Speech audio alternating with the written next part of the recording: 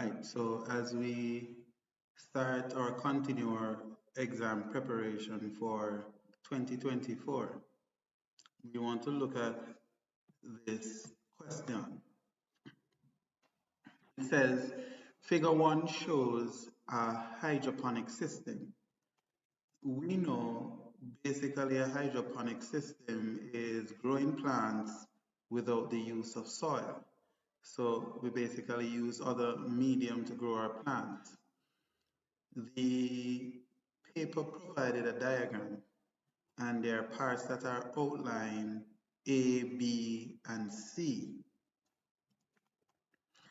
You're asked to name the components in the hydroponic system labeled A and B in the figure 1.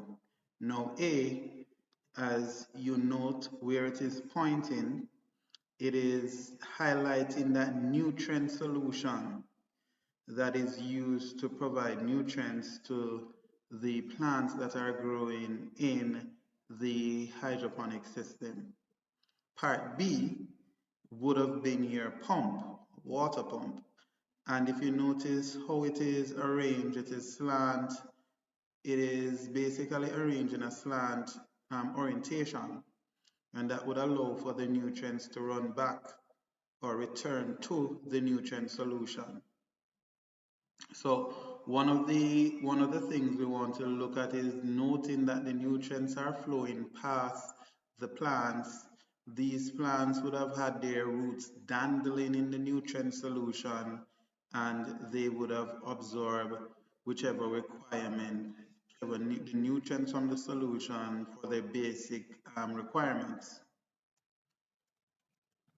Now, even though the paper didn't ask us to look at or identify or name the component C, but that would have been the outlet, right? And you recognize that in this type of system, you would see the situation where the nutrients is being recycled.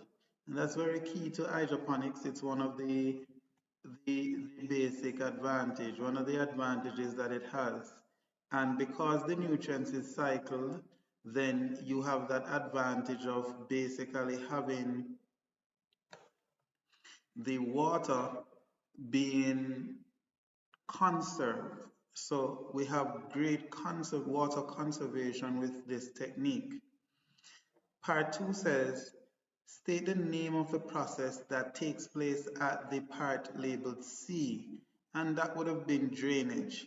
So that nutrient solution, once you have that pump, it pumps it via these hose or these pipelines, and it would enter this area. Usually you can, well, different materials. In some cases, persons use PVC pipes. They cut the openings, place the plants in, and we basically have a container to hold the plants, and the roots, as again, would be dangling in the solution, and they would be able to take up the required nutrients. Now, since nutrients is passing, then again, because this is considered as a closed system where you have the recycling of the nutrients, we have this return valve and the nutrient solution drains back into this container really that we would have called a reservoir. So this is where the nutrients are being held. So drainage is what allows for the nutrients to leave from part C back into the reservoir. Now, part B. Tasha lives in an apartment complex in the city. She wants to grow vegetables at her apartment using a hydroponics system, but the water supply is not reliable. For whatever reason, sometimes in the city, you have challenges in terms of water, even in the rural areas as well. Suggests 2 advantages and 1 disadvantage of using a hydroponic system to grow vegetables. Now, as I mentioned earlier, and she's faced with a water crisis, When you use this type of hydroponic system, what it does is allow for conservation of your water. Now, if you notice, the water is basically passing the root system of the plants. And when we take into consideration that aspect and the fact that the water is recycled, the nutrients is also recycled. Now, when we're going to be talking about the advantages in an open field where you basically place the plants in soil, some of this water, once you add water to the soil, going back to your knowledge about the types of water, you have hygroscopic, you have capillary, you have gravitational water. Capillary water is the water that is held between the soil particles that is available to plants. Hygroscopic is unavailable. If the roots of the plants go deep enough, then it can basically get that water, gravitational water, to be utilized. Now, when a person or a farmer utilize sprinklers, utilize an irrigation system, utilize even a drip system, not all of that water is used by the plants. Some of it is held within the soil particles, some of it will drain. But with hydroponics, as we saw it earlier, I can scroll back up to the picture. This water is basically recycled, and so it makes good use. Conservation of water is very important because Sasha is faced with she does not have a reliable water source. So this would be a good farming technique for her to basically utilize. The other thing, the question that jumped out at me is the fact that she's in an apartment complex. Now, compared to the normal methods of doing farming, hydroponics would maximize on the space. So she can actually utilize this space to grow her plants. And that's a great advantage. The other advantage you would want to look at is the fact again, when you look to the plants, they're basically getting all the water, all the nutrients they require right at their roots. And so by doing this, definitely will increase your yield. The amount of, whether by weight or mass, whether if it's a leafy vegetable or fruits that you're collecting, then you're going to have an increase in yield because the plants are getting exactly what you want, and then you can put or mix the nutrient according to the plant's desire or wants. Now, you should know different plants based on stage of development, based on the type of plant, they may require different nutrients. And so again, if it is that at a particular stage or a particular plant, the operator, Sasha, can mix the nutrient solution to suit that particular vegetable that she's growing, and it will basically maximize her yield. Now, when you look at another advantage of hydroponics, you see, because we're using this concept of the PVC pipes, there's limited weeds. And so even with the competition that would have been there between the weeds and your crops growing, it won't exist. And so the nutrients again, you can link it back to the fact that there's no competition for space. There's no competition for the nutrients and the water by the weeds, and so your yield again will basically be high. The fact that you're not growing the plants in soil, and it would now eliminate the soil-borne diseases. That's another advantage. So some of these diseases are basically within the soil. And so because we're using other medium outside of the soil to grow plants, then it would have been better. We have less pathogens affecting, less parasites, pests, which less weeds would basically be affecting that are soil borne, right? Even with that, saying less pests and weeds, then what you will find is that the farmer would have, if you want to look at it in terms of cost, there is a reduction in cost because the farmer wouldn't have to spend any money to dump in terms of fertilizer, or let me use the term pesticides, because we're talking about pests and diseases and those things. He wouldn't have to purchase any pesticide. And so the cost for that, if he's only using another system, then you might have that level of soil-borne diseases.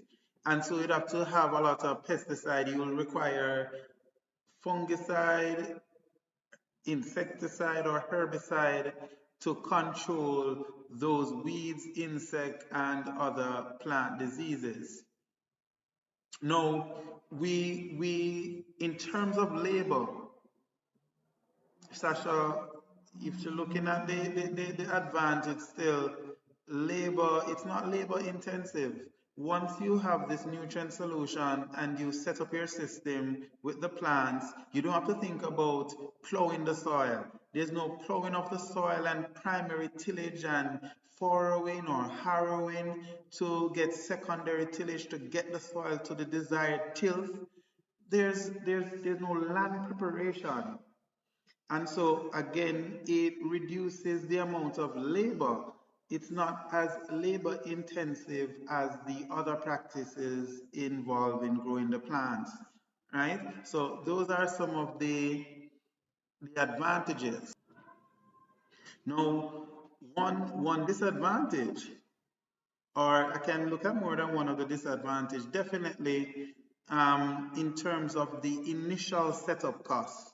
Overall, in the long run, it would be, is a one-time cost compared to the conventional methods of farming where you have to plant, you have to plow the soil each time. While this is the initial cost is expensive to get the parts, the PVC, the pump, and the nutrients.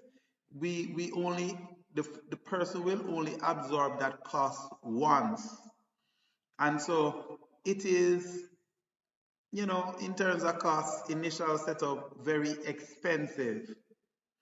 The other disadvantage is linked to part B right here. The component B is a pump, and that pump would require some form of energy. Now, if it is that Miss Sasha decides to utilize electricity, if she's not at home and we have a power outage, then she may run into problems in terms of her plants not surviving if it is extensive. Because once you have this set up, what some operators will do is have a timer on it. So every 15 minutes, the nutrients will be pumped, and then it will drain back into your nutrient reservoir.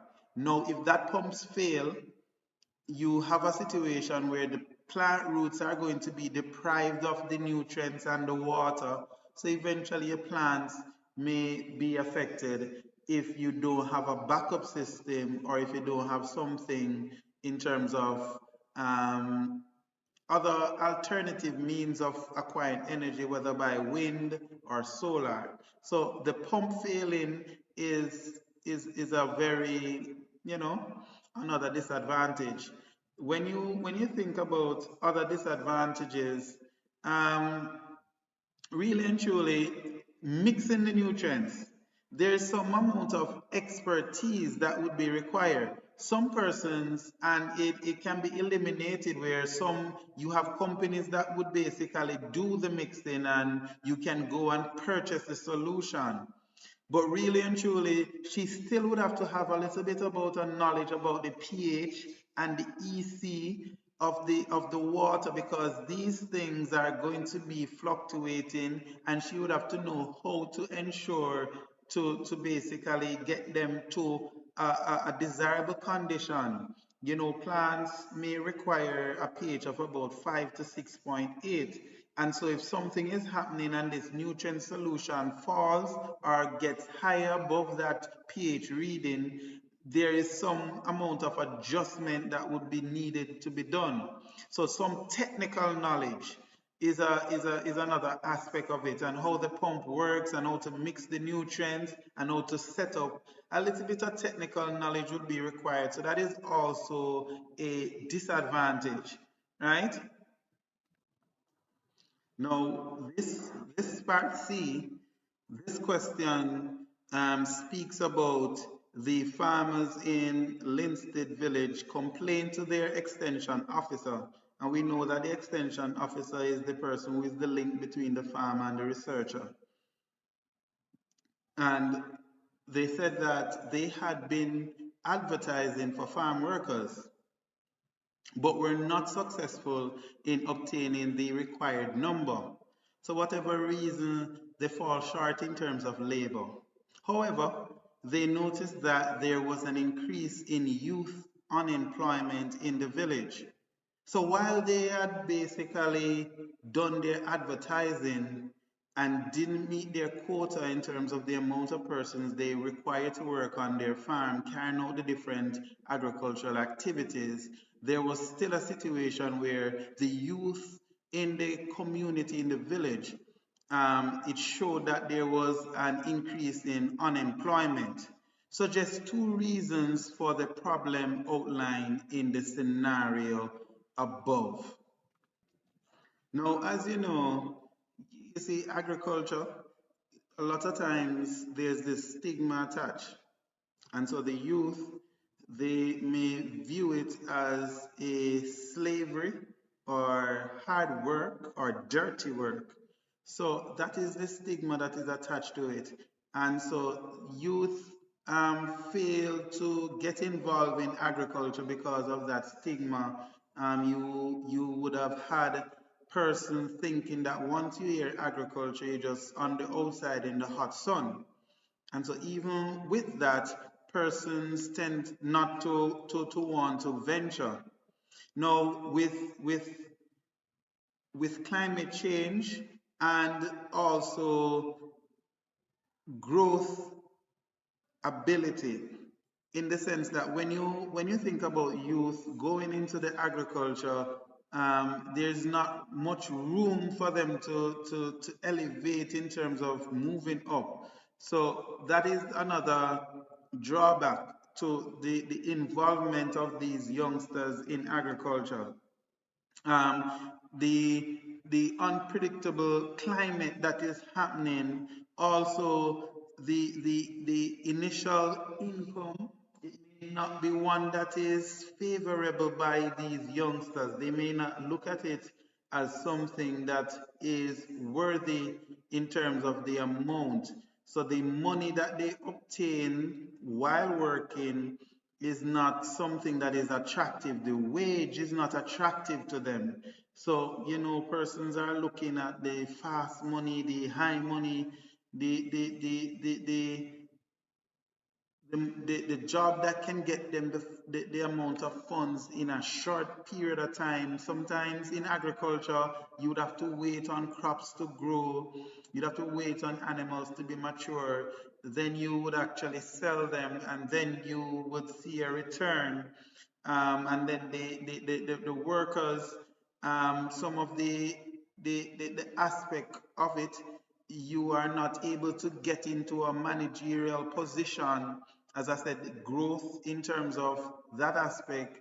And so these are some of the problems or some of the things that will lead to that person's not wanting. So even though there is a job out there, the youth of the village would rather remain unemployed instead of basically trying to achieve this job or get employed by a farm. suggests two possible solutions to address this problem. Definitely education. One of the things that the government of any country should be doing is basically introducing agriculture not only at the secondary level, not only at the primary level, but as even at the basic school, the infant. Those you can actually allow them to do little gardening, seed identification, things like that, to get them involved. So introducing agriculture as a part of the curriculum for these youngsters, getting them, you know, in the trying to change that stigma that is attached. We want to, another way is to introduce technology. Now, the concept, as I said before, once you mention agriculture to a youngster, they think about somebody going out there, you know, in the hot sun. But there are technologies there that is basically making the work much easier. We have drones that can be doing the spraying, and so to incorporate this, allowing the youngsters to see the technology at hand, will basically boost them in terms of getting involved in agriculture. So this is another avenue that we can take to get these farmers in Linstead can take to alleviate the problem of not having workers. And while they don't have workers, we have so many young people that is falling into the unemployment bracket. So we want to spark their interest by introducing agriculture. We want them to understand that you can show them the returns that they can obtain. So show them farms that are basically doing great, farmers who are doing great. Do incentive the most innovative youth farmer, have some form of incentive for the young people so that they can get interested in agriculture. Now, question two. Farmer Vikram cultivates tomatoes. Again, an extension officer advises Farmer Vikram that using fertilizers will improve the yield of his tomatoes. And so we know that fertilizers are substances that will release one or more nutrients into the soil and or the nutrient solution, and this will basically improve the growth of his tomatoes. Now, figure 2 shows the effect of fertilizer application on the yield, the amount of tomatoes on Vikram's farm. And one of the things that if you look, so we're seeing the yield and we're seeing the fertilizer input, right? And so from this point A onwards, we're noticing that the yield is increasing as the fertilizer input is increasing, which is natural because the moment you start to add fertilizer to the soil, then the tomato plants will get the nutrients that they need so that they can basically grow. So it says, explain the effect the use of fertilizer on the yield of tomatoes at points A and B on the graph. So we spoke about point A. When we examine point A, the increase in fertilizer, so when he was adding 2 kilograms of fertilizer, he was getting 50 kg.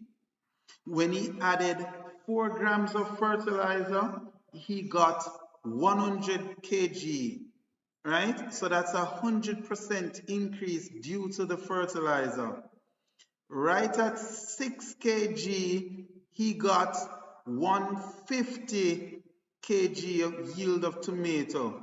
Then at 8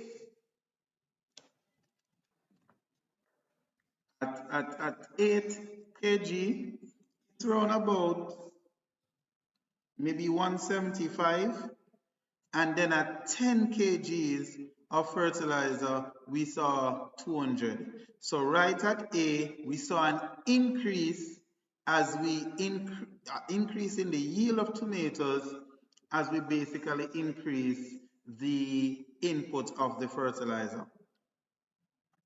But at B, we recognize that we're still increasing the fertilizer. So 12 grams of fertilizer, and the amount moved to about maybe 175.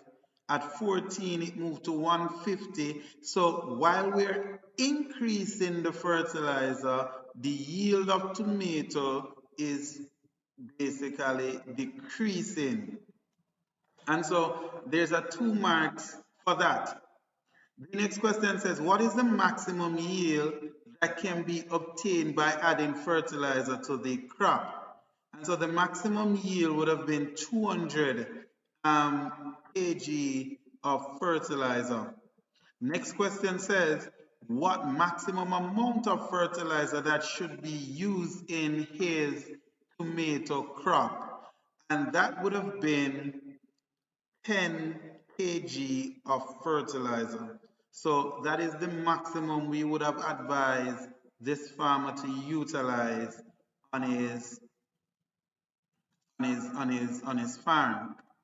It says the graph in figure 2 on page 7 illustrates an economic law that is referred to during the production process. State the name of the law that this graph depicts. And this graph is depicting, if you look back on it, what we call the law of diminishing returns. And in that law, we said that if one input is changed and all other factors are kept constant, we're going to basically see a decrease eventually in the marginal product. So in layman's term, and I like to use this example where when you're doing driving lessons, the person who is teaching will have a set amount of a time frame that they will have you on the road for to teach you the necessary road code and how to maneuver yourself while on the road.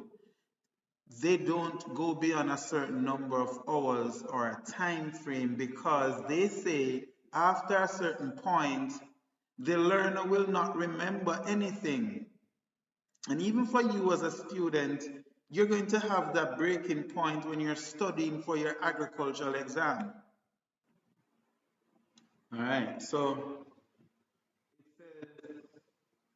what's the maximum fertilizer? We mentioned that 10 grams, 10 kilograms rather. We spoke about the law of diminishing term. That is what the law depicts. The next question asks us to calculate the marginal product, change in total product over change in output, right? So the change in output, we're moving from 4 to 6, so that's 2 in terms of looking back in terms of the fertilizer, and in change in terms of product output, it's moving from 100 to 150, so it's 50 divided by 2, which is 25. Tanya is a poultry farmer. She went to the Agricultural Credit Bank in her country to obtain a loan. Sanya gave her labor records to the loan officer with her loan application. The loan officer told Sanya that she needed to present other types of records to help him determine if she would have qualified for the loan. State one reason why the labor records alone would not help Sanya to obtain a loan. Now, one of the things that persons who are giving you a loan are looking for is your ability to repay the loan, right? So if whatever venture you're going into is not one that is basically feasible, then the bank wouldn't want to, the credit union, the place offering the loan will not want to give you that loan, because when they look at the facts presented by you, you're not making a profit, you're not making money so that you can repay this loan. It doesn't make any sense. So one of the reasons they would not allow her to obtain that loan, because the labor record itself doesn't give a financial overview of her poultry farm business. What that will just do is to show how many workers she have, or what is the amount that she's paying her workers. That alone is not a good representation of the performance of her poultry farm, right? So just two other records that Sania must provide to the loan officer to be considered for a bank loan. And one of the records that they would have wanted is her production record. Because with the production record, it shows how much chickens she is producing over the period of time. Even that in itself, then you can basically look and see how much meat, and from that amount of meat you can obtain a value in terms of what is it, if she has 100 chickens, how much will that be in the end. So a production record is very vital. Her financial record. So this doesn't only shows the income, but it also provides the bank with her expenditure. And so with this, they can now subtract to see, or to do the math to see if it is that her farm is operating at a loss or at a profit. Like I said, if you're not making use of what you have now in terms of your business, persons are not wanting to lend, because one of the requirements that they look at is your ability to repay the loan. They cannot give you a loan, give Sanya the loan, knowing that she is not able to repay at the end based on her projections, based on her financial standing at the end of growing her chickens.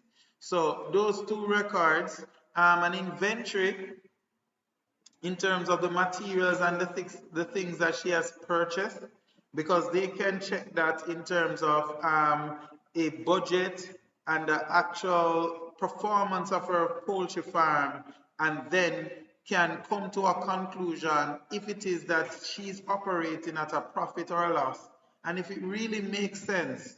What some of these credit unions will do is to not only just leave Sanya like that, they may have somebody who is this expertise and provide information to Sonia and say, this is what you need to change, this is what you need to do, so that you can basically now accumulate a profit or improve on the profit that you're getting, so that you can know, if you still desire to get a loan, you can make or pay back.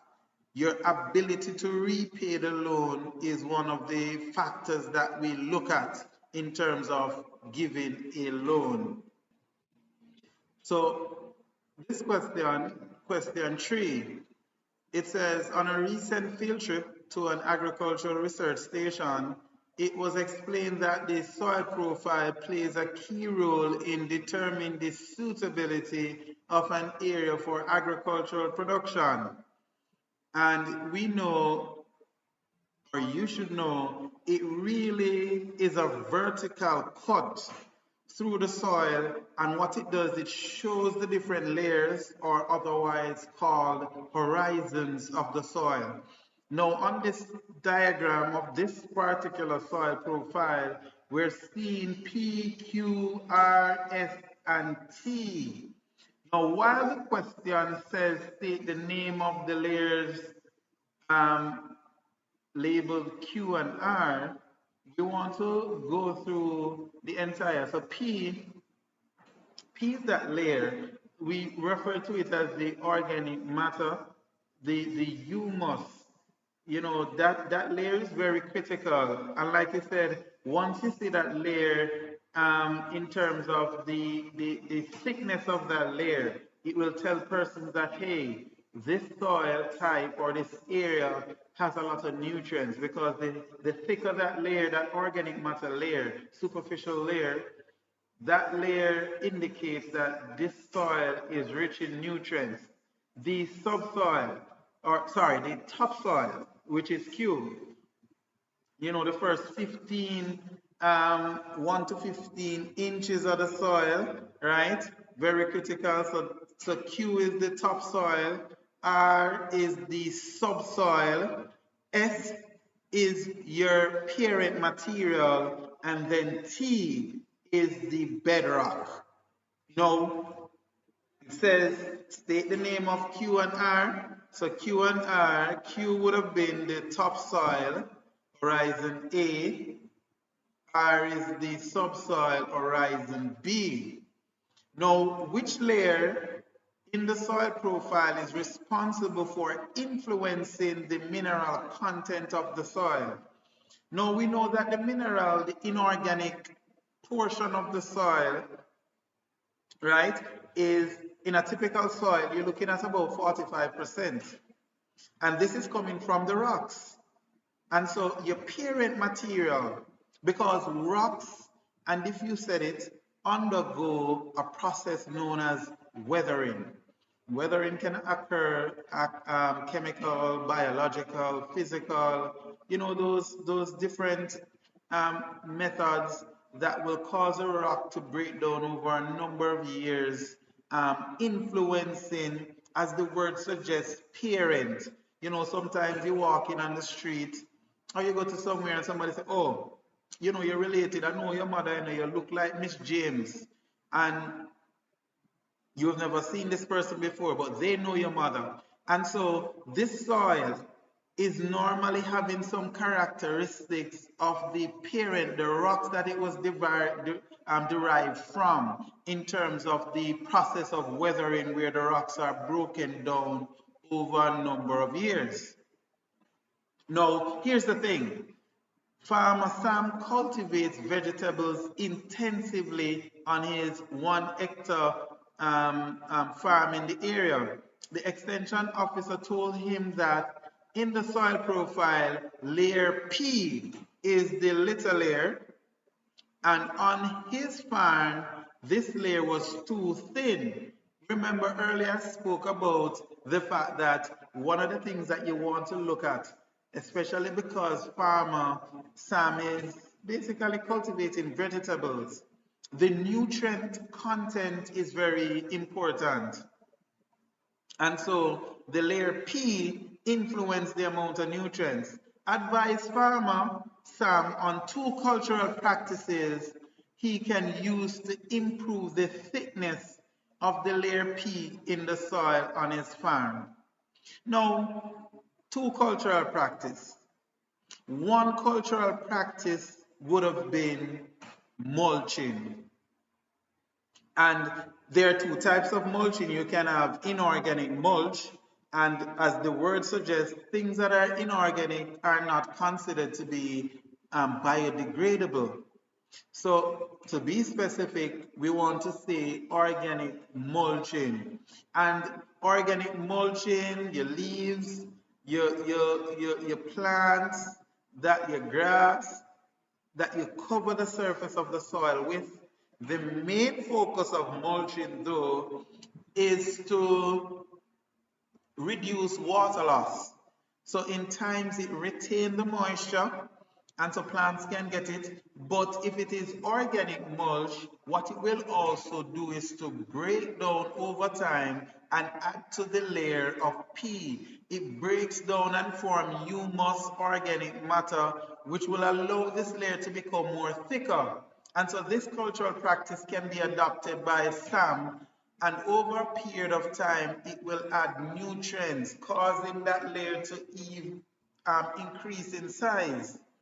Another thing that Farmer Sam can do is basically to add manure.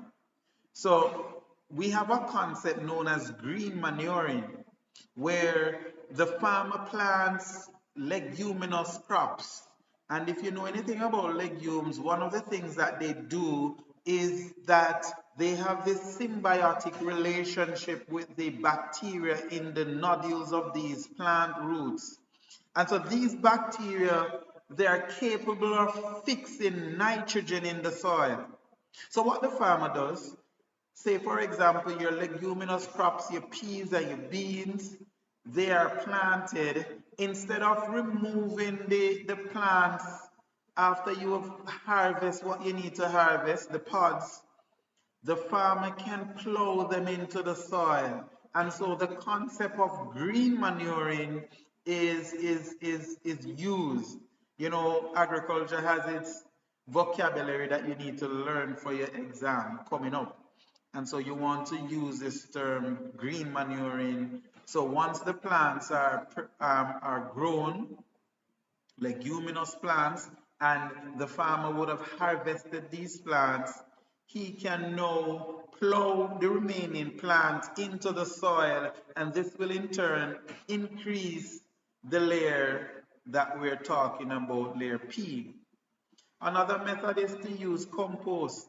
So the farmer can add compost to his soil, so you allow an area to, break down these materials, the peeling skin, things, your compost should have a composition of green and also brown. Green for the nitrogen, brown for the carbon, and you put them in a 3-to-1 ratio, and all of that, you allow it to break down. You can introduce manure from farm animals that will basically encourage the microorganism, your bacteria, to break down the material, and then you use it up to 6 months, dependent, up to a year. You can use it back on the area and you will increase the layer P. So those are some ways, some cultural practices. So composting, green manuring, and mulching are 3 practices that you could have mentioned, even though the question asked you for 2. So any 2 would have been vital right there. Now, part B speaks at the research station. An experiment was conducted to determine water retention in 3 different soils. So water retention refers to the ability of the soil to retain water, moisture. And we have 3 soils, A, B, C, and D. 3 funnels were lined with filter paper. You know, the filter paper would have pores to allow water to pass through, but in terms of solids, they're not able to pass through the pores. And each of them was placed over a measuring cylinder. 100 grams of each soil type, right? You want to ensure that everything is constant right here. So the control is the mass of each soil that you're using. Because you can't use 100 and then you use 50 for one. That's not going to give you a true reflection of a research. They air dried this soil. So again, they put everybody on the same level playing field. So they remove all the water from all the 3 different types of soil. They was placed in 3 funnels, and again, constant 100 ml, 100 centimeter cubes of water was poured over the soil in each, right? The water draining from the soil, and we refer to that as the filtrate. You know, the soil would have been, the residue was collected in each case in the measuring cylinder. Now, the measuring cylinder would have been recording the amount, the volume of water that comes into it. So the experiment lasts for 30 minutes, and again, with time in it. So all of these are done Same amount of water poured in each soil, same mass of each soil was used, the same condition, the air dried all three soils, and then now what they're doing is to observe it for the same length of time, 30 minutes. Figure 4 shows the result for each of the soil samples, right? And we're seeing each soil sample. We're seeing for A, soil A, in the measuring cylinder, we're seeing 40 ml. So out of that, this soil, if you want to do the reasoning, this soil would have retained 60 ml, right? In this measuring cylinder, we're seeing 20 ml.